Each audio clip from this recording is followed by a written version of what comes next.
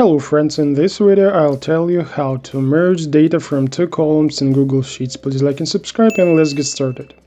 If we select several columns and then click the merge button and select any option, we'll physically merge two columns into one and lose all or almost all the data. And in order to merge the data, it's better to use the text join function.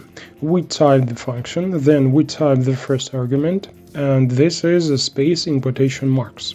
If required, you can specify any character in quotation marks, comma, period, semicolon. This way you will separate the data in the merged cell. The second argument is the logical true, to ignore empty cells.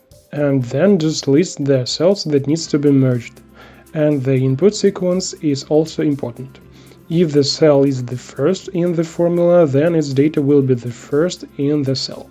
Press enter and drag the formula down. That's how we merged the data from two columns. And that's it. Now in Automa.